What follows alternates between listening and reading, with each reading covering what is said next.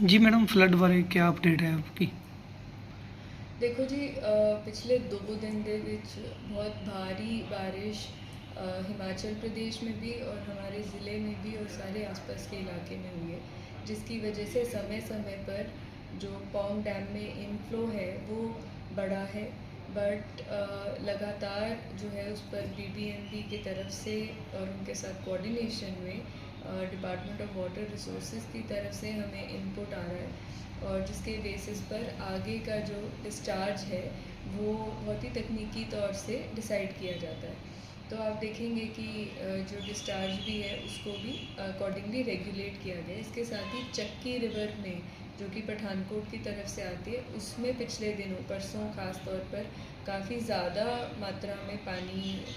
Immediately suddenly आया था, जिसकी वजह से भी हमने डैम के आउटफ्लोज को रेगुलेट करके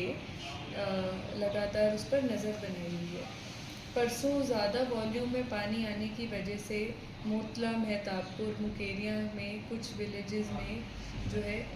माइनर ब्रीचेस भी हुए थे, और उस पर ड्रेनेज डिपार्टमेंट की, नरेगा की और हमारे कंसर्न डिपार्टमेंट्स की टीम्स को इमीडिएटली डिप्लॉय कर दिया गया था। उसके साथ ही जिन गांवों में, जैसे मैंने बताया कि हलेर, जनार्दन, मोतला, मेहताबपुर, जहाँ लोग प्रभावित हुए थे, कुछ लोगों के घरों में भी पानी घुसा था,